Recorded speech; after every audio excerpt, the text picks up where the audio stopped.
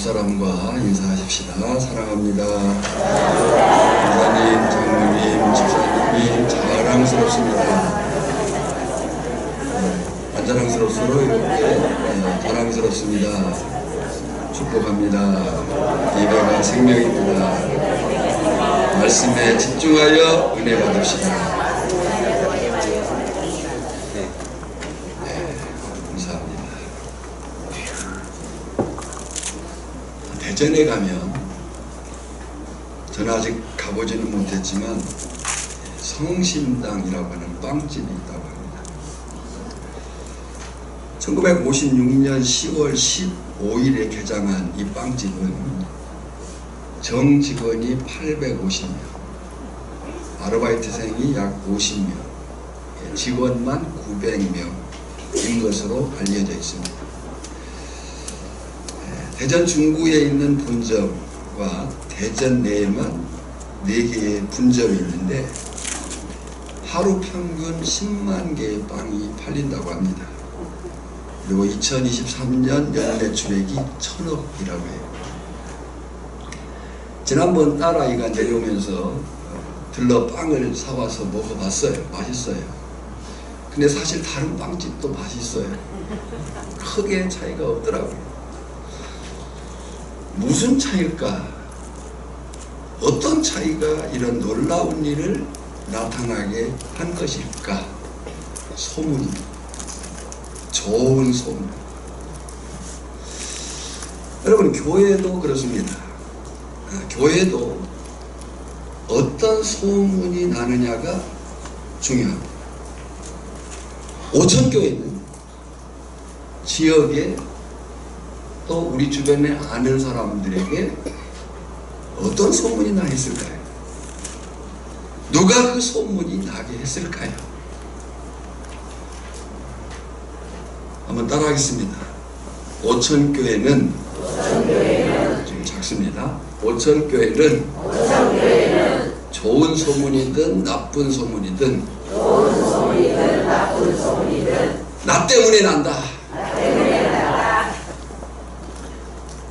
우리 교회에 좋은 소문이든 나쁜 소문이든 누구 때문에 난다?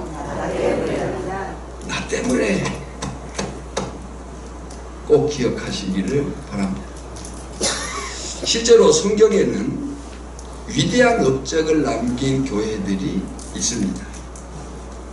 지상교회의 산실인 예루살렘 교회, 세계 선교의 문을 열었던 안디옥 교회, 환란의 시대에 끝까지 믿음의 정절을 지켜낸 서머나 교회, 예수님의 칭찬과 축복의 약속을 받은 빌라델비아 교회 등이 있습니다. 그 교회들 가운데에 오늘까지도 모든 교회들의 본이 되고 닮고 싶어하는 교회가 데살로니가 교회입니다. 강단 화면을 보시면서 말씀을 들으시기 바랍니다.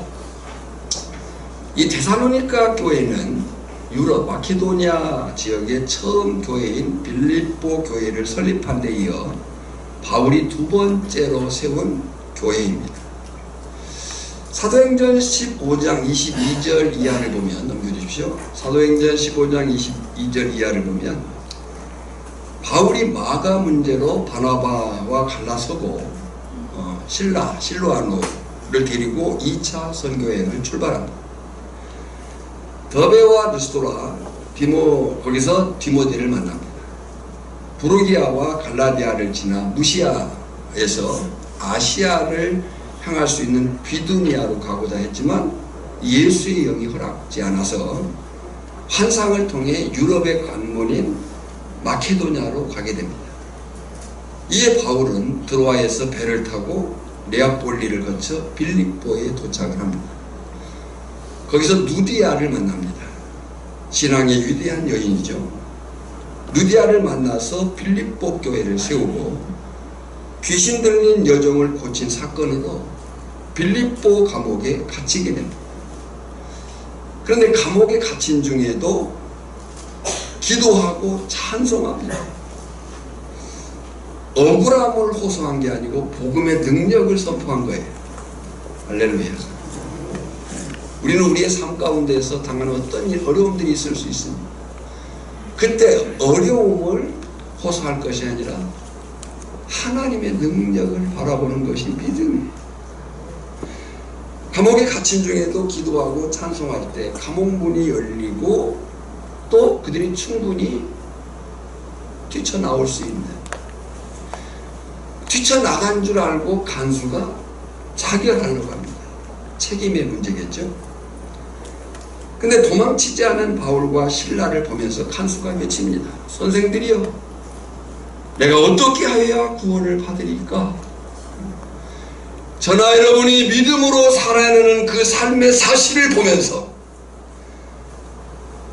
내가 어떻게 해야 구원을 얻겠느냐? 라고는 내 주변의 사람들의 질문이 우리에게 있어야 되는 거예요. 선생들이여, 내가 어떻게 해야 구원을 받으리까? 그때 바울이 기독교 진리의 위대한 선언을 합니다. 주 예수를 믿으라. 그리하면 너와 내 집이 구원을 받으리라. 여러분, 복음의 능력은 위기의 때에 역사하는 줄 믿습니다.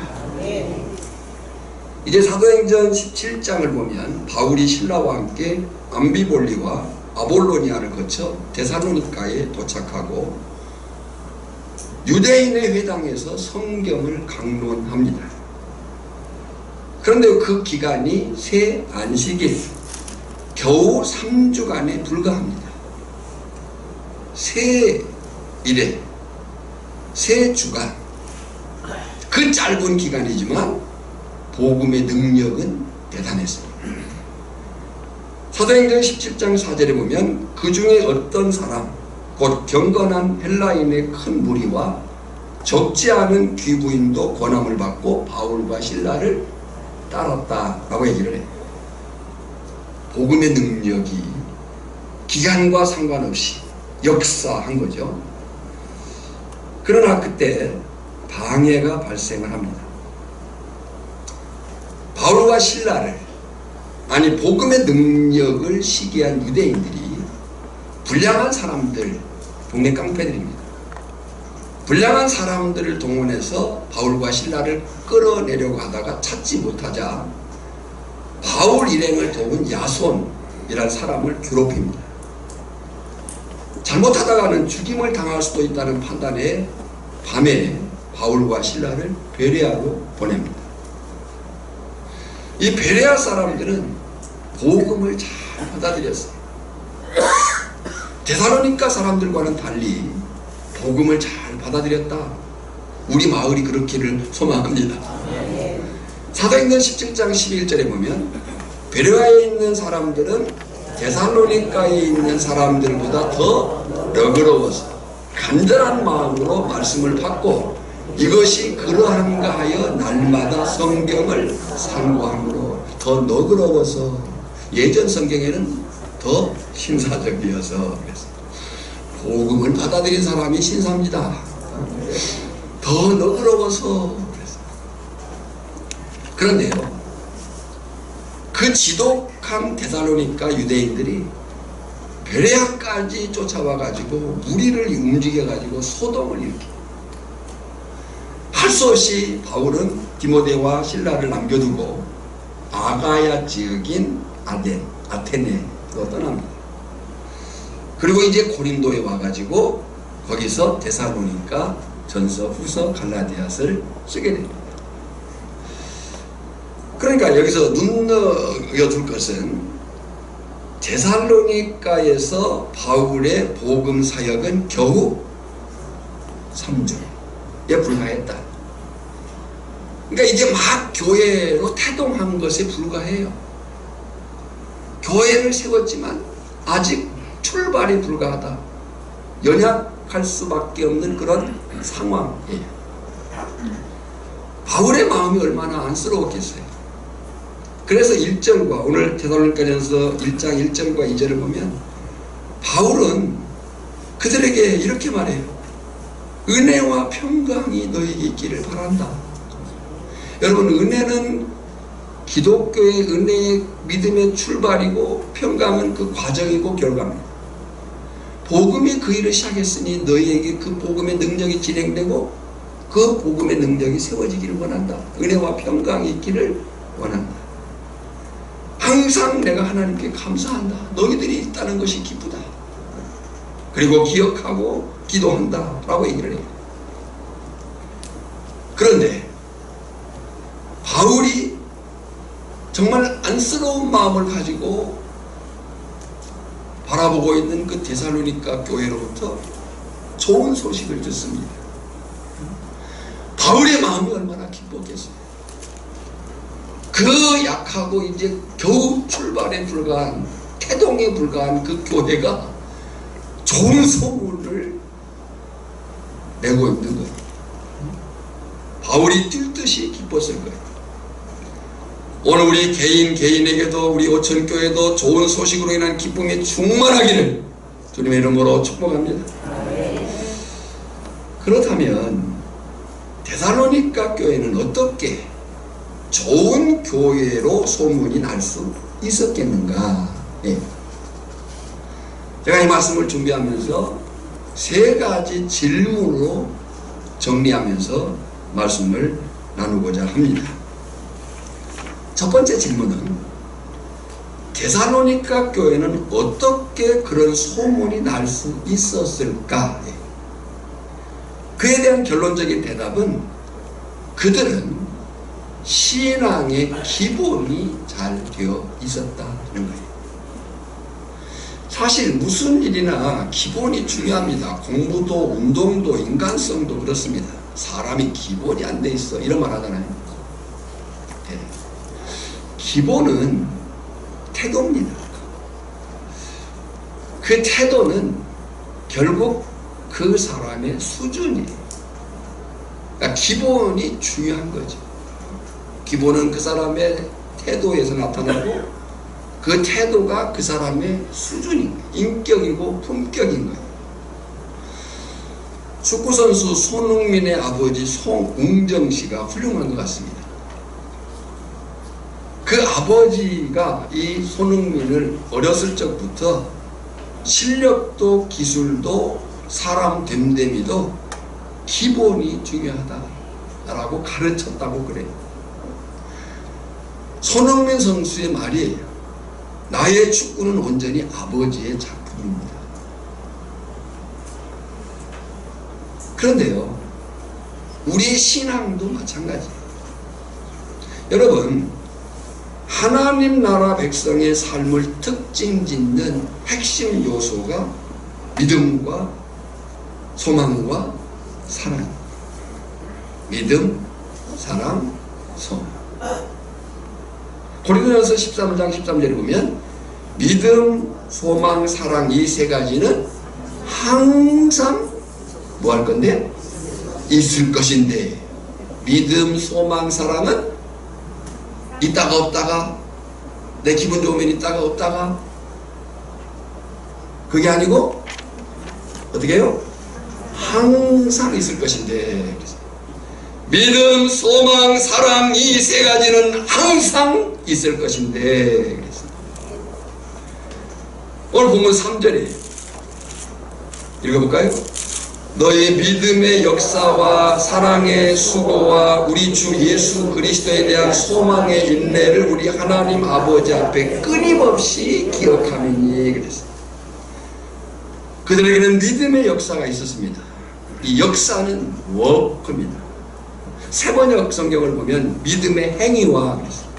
그리고 현대인의 성경을 보면 믿음으로 행한 일과 헬라어로 에르곤이라는 단어인데 행위를 가리키는 거예요. 어떤 행위였어요? 그들은 믿음으로 말하고 믿음으로 행동했습니다. 생각만의 믿음이 아니라 행동하는 믿음이었어요. 살아있는 믿음이었다는 거예요. 교회 안에서만의 믿음이 아니고 가정에서 남편과의 아내의 관계 속에서 또 일터에서 마을에서 그 믿음을 나타낸 믿음이었다는 거예요. 여러분 우리끼리 모여서 우리끼리 재밌게 잘 지내자는 것이 교회 방향이 아니에요. 우리가 모여 예배하고 서로 교제하고 은혜를 나누고 서로 사랑을 나누는 그 이유는 그 감동과 그 풍성함을 통해서 다른 사람들에게, 다른 영혼에게 그 복음의 위대한 능력을 나타내고자 하는 거예요. 야고보 2장 26절을 보면, 현대내 성경을 읽어보면 영이 없는 몸이 죽은 것처럼 행동이 따르지 않는 믿음은 죽은 것이다. 기본 첫 번째, 그들에게는 믿음의 행한 일이 있었다는 거예요. 지난 주간 동안 여러분이 믿음으로 행한 일이 뭡니까? 두 번째는 사랑의 수고가 있었습니다. 여기 레이버라고 하는 단어는 노동을 말합니다. 여러분, 성경이 기독교가 말하는 사랑은 단지 감정이 아니에요. 내가 좋아서 어쩔 수 없고 그게 아니에요. 성경이 기독교가 말하는 사랑은 의지예요. 할 수 없을 때까지라도 감당할 수 있는 그것이 사랑이라고 얘기를 하는 거예요. 왜 우리가 어머니의 사랑을 잊지 못하는가? 저도 아버지가 있고 어머니가 있는데 아버지는 그렇게 많이 생각이 안 나요. 미안하게도. 제가 지난번 딸아이 때문에 좀 서운했어요. 얘기를 하다가 자기가 상상할 수 없는 것이 하나 있대. 그 상상할 수 없는 것이 뭐냐면 엄마가 없는 거예요. 그 다음 말도 했으면 좋겠는데 안 해. 자기가 상상할 수 없는, 너무 슬플 것 같아. 엄마의 부재. 기다렸어요. 안 해. 왜 우리가 어머니의 사랑을 못 잊어요? 어머니의 수고가 얼마나 컸는지를 알기 때문에. 힘으로 보면은 아버지가 훨씬 더 어머니를, 아이를 잘 볼 것 같은데 아빠들은 아이들 잘 못 봐요. 얼마 못 봐. 어머니의 그 수고는 만만의 수고가 아니에요. 만만의 사랑이 아니었어요.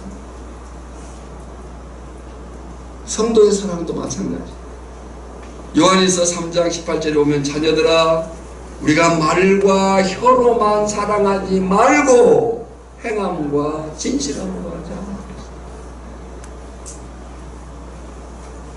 사회적으로 기독교가 공격받는 요인 중에 하나가 이겁니다. 아이고 교회 다니는 사람들은 말은 잘해. 말을 잘하십시오. 뭐 말을 잘하는 것이 나쁠 건 없습니다. 그러나 그 말이 행동이 되는 거죠. 삶이 되는 거죠. 세 번째, 소망의 인내가 있었습니다. 이 페이션스라는 단어는 견고히 서다 그런 거예요. 이 데살로니가 교회는 환경에 절망하지 않았어요. 분명히 앞에서 살핀 대로 환경은 열악했고 위협적이었어요. 정말 사람을 죽일 듯한, 아니 죽이는 그런 공격적인 사람들이었어요. 그 교회에 겨우 그들은 로마 황제를 주로 여기는 그 상황에서 예수가 주라고 고백해야 되는 그 상황 앞에 있는 거예요. 충분히 죽임을 당할 수도 있는 그런 여건이었어요. 그러나 그들은 상황이나 환경이 아니라 예수님만을 소망했다는 거예요. 히브리서 저자가 권면합니다. 히브리서 12장 2절 3절을 보면 믿음의 주요 또 온전케 하신 인 예수를 바라보자. 그는 그 앞에 있는 기쁨을 위하여 십자가를 참으사 부끄러움을 개의치 아니하시더니 하나님 보좌 우편에 앉으셨느니라. 너희가 피곤하여 낙심하지 않게 하여 죄인들이 이같이 자기에게 거역한 일을 참으신 일을 생각하라. 예수를 바라봐라. 그 예수님은 십자가를 참았다. 피곤하여 낙심하지 않기 위하여 죄인들 이같이 자기에게 거역한 일을 참으신 일이죠. 네. 어떻게 그런 소문이 날 수 있었을까? 이 데살로니가에는 이런 기본, 신앙의 기본, 믿음의 역사, 사랑의 수고, 소망의 인내가 있었다는 거예요. 두 번째 질문입니다. 두 번째 질문은 데살로니가 교회의 믿음과 사랑과 소망은 그러면 언제 되었는가? 그 대답은 환난 중에서. 언제 그들이 믿음과 소망과 사랑의 그 모습이 확인되었다고요? 환난 중에서. 사실 환난을 좋아하고 고통을 달가워할 사람은 아무도 없습니다. 저도 싫습니다. 환난, 고통 좋아하는 사람은 아무도 없어요. 그런데요, 성경은 성도가 세상을 사는 동안 어쩔 수 없이 만나는 것이 고난과 환난이라고 말씀을 해요. 그러니까 이 고난과 환난은 어떤 사람에게만 찾아오는 것이 아니라 우리 인생 모두에게 찾아오는 문제예요. 시편 23장에 보면요, 시인이 고백하거든요. 여호와는 나의 목자시니 그랬어요. 여호와는 나의 목자시니 부족함이 없으리로다. 그런데요, 4절에 보면요, 여호와는 나의 목자라고 고백한 그 시인도 내가 사망의 음침한 골짜기를 다닐지라도 그랬어요. 내가 사망의 음침한 골짜기를 다닐지라도 탄식해. 이것이 인생이에요. 그런데요, 이 데살로니가 교회가 그랬듯이 지금 이 시인이 내가 사망의 음침한 골짜기를 다닐지라도 탄식하지만 그의 승리가 뭐냐면 해를 두려워하지 않을 것은, 상황은 똑같아요. 사망의 음침한 골짜기. 근데 뭘 두려워하지 않아요?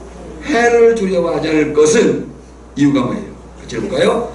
주께서 나와 함께 하심이라. 주의 지팡이와 막대기가 나를 안위하시나이다. 그러니까 상황이라고 하는 것은, 여건이라고 하는 것은, 인생이라고 하는 것은 환난과 고난과 고통과 질병과 아픔과 슬픔이 있을 수밖에 없어요. 세상에 일어나는 모든 일은 나에게도 일어날 수 있다. 우리는 자꾸 착각을 해요. 에이, 나에게는 뭐 아니에요. 세상에 일어나는 모든 일은 나에게도 일어날 수가 있어요. 바울은 어떻습니까? 로마서 5장 3절 4절에 보면 다만 이뿐 아니라 우리가 환난 중에도 즐거워하는 이는, 환난은 인내, 인내는 연단, 연단은 소망을 이루는 줄 알기 때문이다. 뭘 즐거워해요? 환난을 즐거워한다. 환난 중에도 즐거워한다. 지금 데살로니가 교회가 그런 믿음과 사랑과 소망을 가진 교회였어요. 언제 그 믿음과 사랑과 소망이 확인되었느냐? 1장 6절에 보면 또 너희는 많은 환난 가운데서. 여러분요, 새가 둥지를 지을 때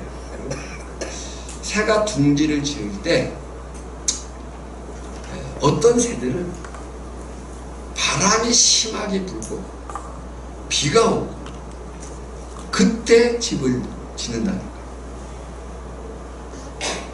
거예요. 그러니까 이 새가, 우리가 말하는 새 대가리가 아니에요. 하나님의 그 창조의 본능의 선물이 놀라워요. 그 새가 둥지를 지을 때 평안하고 잔잔한 그런 날이 아니라는 거예요. 바람이 불고 비가 오고 험한 날 짓는다는 거예요. 제가 그 동물의 그 프로그램들을 가끔 보는데요, 그 물 밑에 사는 수달, 걔들이 물 밑에 집을 짓잖아요. 그들도 마찬가지예요. 잔잔할 때 지으면 좋겠지만 아니라는 거예요. 그 물살이 세고 막 그럴 때 거기에 집을 짓는 거예요. 왜 그럴까요? 견디기 위해서죠. 그리고 그때 짓는 집이 튼튼하기 때문에. 여러분, 우리의 신앙이 언제 확인되느냐? 평상에 좋은 때가 아니에요. 결정적인 어려움을 만났을 때라는 거예요. 환난 중에도 즐거워하나니 이는 환난의 인내를, 인내는 연단을, 연단은 소망을 이루는 줄 알미로다. 언제 그것이 확인됐다고요? 말은 하늘가. 어떻게 성령의 기쁨으로 말씀을 받아 우리와 주를 본받은 자가 되었습니다. 어떻게 그 일이 가능하냐? 말씀을 뭘로 받아요? 성령의 선물로, 성령의 기쁨으로.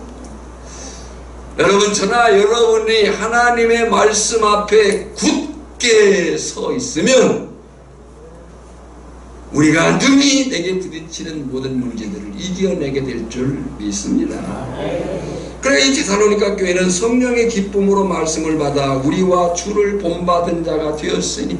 근데 여기서 우리가 눈여겨볼 것은 우리는 지금 바울과 실라 디모데, 우리와 주를 본받는 자가 되었으니. 근데 그 우리는 결국 누구를 본받은 자들이에요?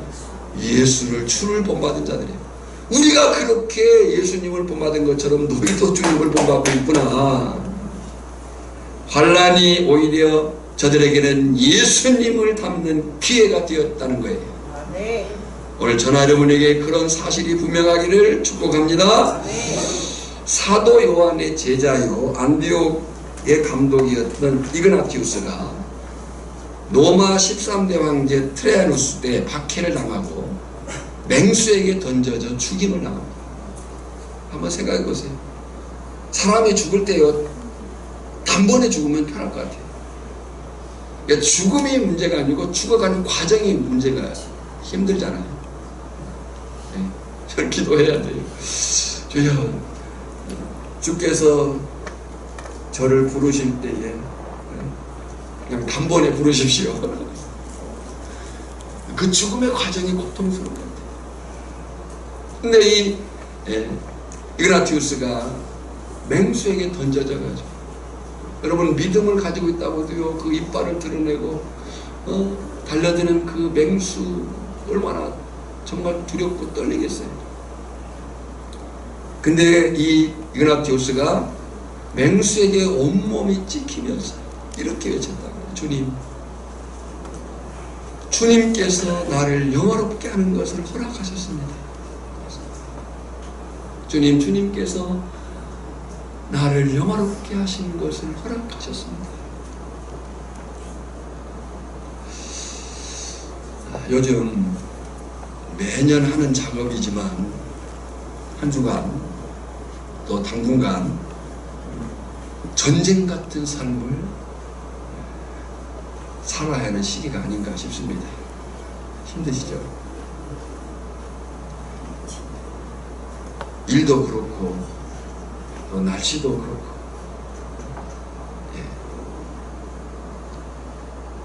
일도 힘들고 날씨도 우리를 어렵게 하지만 제가 생각할 때 또 종종의 그 상황들을 볼 때 함께하는 사람들과의 관계가 제일 힘들지 않을까. 일도 힘들고 또 뭐 날씨도 어려워요. 근데 더 우리를 힘들게 하는 것은 사람이에요. 사람과의 관계가 힘들지 않을까. 그런데요, 바로 그 자리에서 그 관계에서 생각할 것이 있습니다. 그 생각할 것이 뭐냐면, 나는 단지 노동자가 아니고 일회자다. 따라합시다. 나는 단지 노동자가 아니고 예배자다. 우리는 그리스도인의 변화된 삶의 가치는 단지 일을 해가지고 많은 소득을 얻겠다는 것, 그것이 아니에요. 그 소득을 허락하시는 분은 하나님이에요. 그래서 우리가 수고하고 애쓰고 정말 처절한 싸움을 싸우죠. 그러나 그 싸움은 단지 돈벌이가 아니고 예배자로 살겠다는 거예요. 나만 힘든 것이 아니라 저 사람도 힘들 것이다라는 것을 생각하셔야 돼요. 바라기는 여러분의 작업 현장이, 특히 힘들고 어려운 상황이 믿음과 사랑과 소망이 확인되는 자리가 되어지기를 축복합니다. 세 번째 질문은 데살로니가 교회의 믿음과 사랑과 소망은 무엇으로 확인되는가? 무엇으로 확인되었는가? 변화된 인격과 삶입니다. 그들의 믿음과 사랑과 소망이 무엇으로 확인되었다고요? 변화된 인격과 삶을 통해서. 그동안 나무는 열매로 확인되듯이 예수님을 인격적으로 만났는지도 변화된 인격과 삶으로 확인된다는 말씀을 나눴습니다. 여러분요, 기독교가, 한국 교회가 사회로부터 지탄받는 부분들이 많아요. 뭐 그들의 오해일 수도 있지만 우리의 자성의 부분이라고 생각해요. 그 사회적 지탄이 뭐냐면 우리가 은혜를 받고 믿음을 가졌다고 하는데 태도가 불량한 거예요. 오후에 그런 얘기는 하겠습니다. 교회가 커졌고 기독교의 역량이 높아졌고 위상이 높아졌습니다. 근데 사회에 미치는 영향력은 더 약해졌습니다. 누가 약하겠어요? 저들 때문이 아닙니다. 우리 때문에. 신앙생활을 오래 했고 잘했고 많은 것을 봉사했고 헌신했어요. 귀한 일입니다. 근데 그로 인한 모습이 무례한 거예요. 변화된 인격과 삶이 안 보이는 거예요.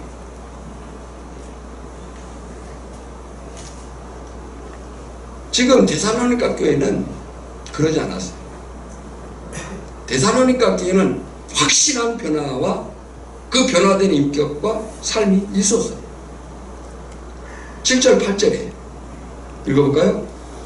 그러므로 너희가 마케도냐와 아가야에 있는 모든 믿는 자의 본이 되었느니라. 주의 말씀이 너희로부터 마게도냐와 아가야에만 들릴 뿐 아니라 하나님을 향하는 너희의 믿음의 소문이 각처에 퍼졌으므로 우리는 아무 말도 할 것이 없다. 내가 너희들에게 더 이상 잔소리할 것이 없다. 너희는 이미 예수를 구주와 주님으로 모셔 산 삶의 모습들이 소문나 있다. 저는 꿈을 꿔요. 우리 오천교회 공동체 안에 각 개인 성도들이 우리 마을 안에서 이 지역 내에서 한국교회 앞에 이런 소문이 있기를 소망합니다. 아멘. 좋은 소문이든 나쁜 소문이든 그 소문은 누가 냈다? 내가 냈다.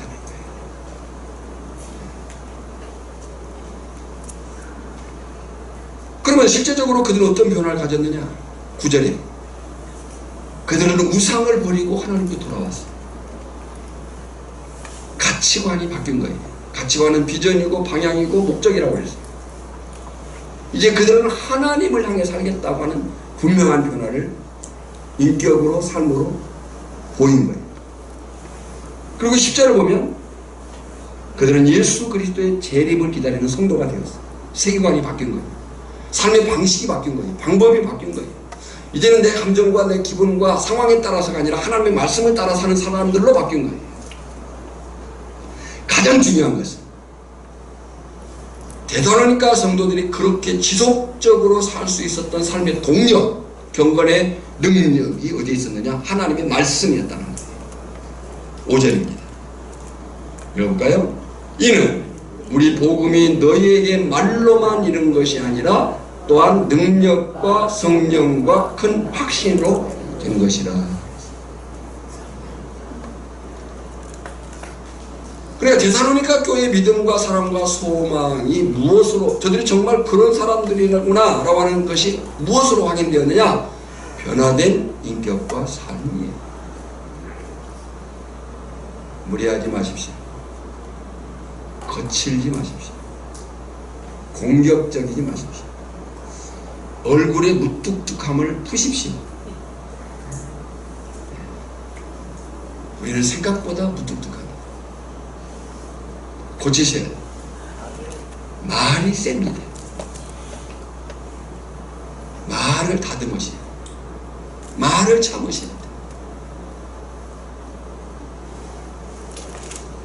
그리고 데살로니가 후서 1장 3절 4절을 보면 저들의 믿음은 더욱 자랐고 사랑은 더 풍성해지고 박해와 환난을 견디고 인내하는 믿음이 커졌다라고 얘기를 하는 겁니다. 데살로니가 후서 1장 3절 4절 읽어볼까요? 형제들아 우리가 너희를 위하여 항상 하나님께 감사할지니 이것이 당연하다. 너희의 믿음이 더욱 자라고 너희가 다 각기 서로 사랑함이 통성하니 그러므로 너희가 견디고 있는 모든 박해와 환난 중에서 너희 인내와 믿음으로 말미암아 하나님의 여러 교회에서 너희가 또한 고난을 받느니라. 믿음이 더욱 자랐고 사랑이 더 풍성해졌고 소망의 인내가 더욱 커졌어요. 어떤 데요? 상황 박해와 환난이 있는 중이에요.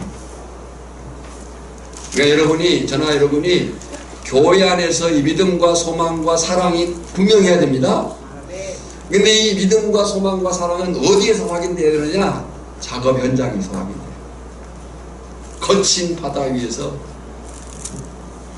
처절한 그 작업 현장 속에서 사람들과의 부딪히는 그 상황, 정말 막 성질이 나고 막 화가 올라올 때 이 믿음과 소망과 사랑이 나타나야 되는 거예요. 여러분, 그 데살로니가 교회에 대한 바울의 최후 선언이 뭔지 아세요? 데살로니가전서 2장 19, 20절이에요. 다 같이 큰 소리로 읽어보겠습니다. 우리의 소망이나 기쁨이나 자랑의 면류관이 무엇이냐? 그가 강림하실 때 우리 주 예수 앞에 너희가 아니냐? 너희는 우리의 영광이요 기쁨이냐?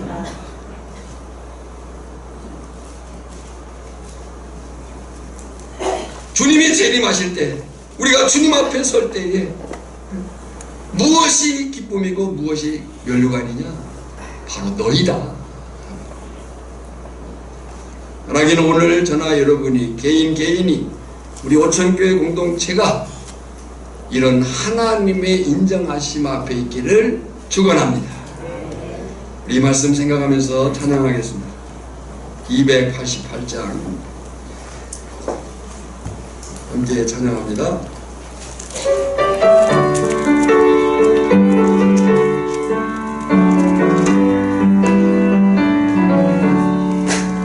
예수를 나의 구주 삼고 성령과 피로 사도나니 이 세상에서 내 영혼이 하늘의 영광 누리도다.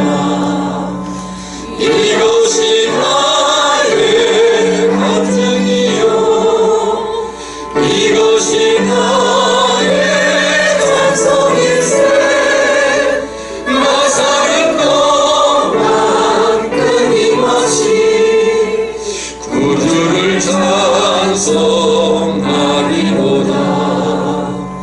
온전히 주께 맡긴 내 영 사랑의 음성을 듣는 중에 천사들 완배하는 것과 하늘의 영광 보리로다. 이것이 나의 간증이요 이것이 나의 찬송일세. 나사렛 동안 끊임없이 구주를 찬송하리로다. 주 안에 기쁨 누림으로 마음의 평강이 찬찬하니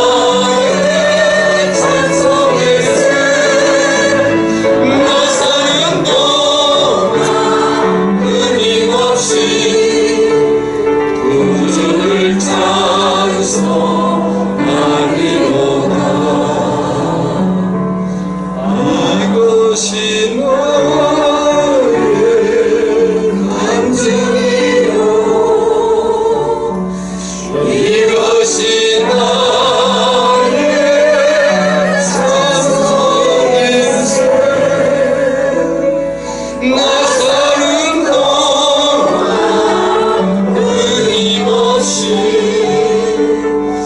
구주를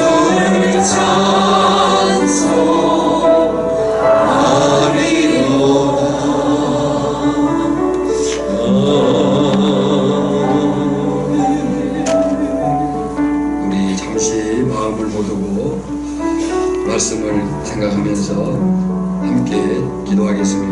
다같이 기도합니다. 하나님 아버지, 은혜와 사랑을 감사합니다. 데살로니가 교회의 그 믿음과 사랑과 소망 기본, 믿음의 역사와 사랑의 수고와 소망의 우리에게 있는지 살피게 하시고, 또한 우리의 그 믿음과 소망과 사랑이 달랠 때, 좋을 때 아니라 활발한 권고한 가운데 있을 작업의 현장에 소망 속에 하나님 나타나게 하시고, 우리가 사는 이유가 단지 먹거리를 위해서가 아니라 예배자로 사는 것을 기억하게 하시고, 우리의 믿음이 더욱 자명하며 더욱 주를 영화롭게 하기 부족함이 주님 저들을 보시고 역사하시고, 또한 작업의 현장들이 주님과 충만하여 주시옵소서. 예수님의 이름으로 기도하옵나이다. 아멘. 하나님, 우리에게 이 말씀을 주심을 감사합니다. 내가 들은 말씀이 되게 하시고 우리 오천교회 공동체가 살아내는 말씀이 되어지게 하여 주시옵소서. 우리가 정말 믿음의 역사, 사랑의 수고, 소망의 인내를 소문내는 그런 교회로, 성도로 세워지게 하시고, 평안하고 잘되고 좋을 때가 아니라 어렵고 힘들고 그 거친 상황 속에서 우리가 과연 믿음, 소망, 사랑이 있음을 살아내게 하시고, 그 일로 인해서 하나님의 사람으로서 변화된 인격과 삶, 말과 행실이 분명할 수 있도록, 정말 하나님께서 우리를 보실 때 너희가 내 영광이요 기쁨이다 라고 말할 수 있는 그런 삶의 사람들로 세워지게 하여 주시옵소서.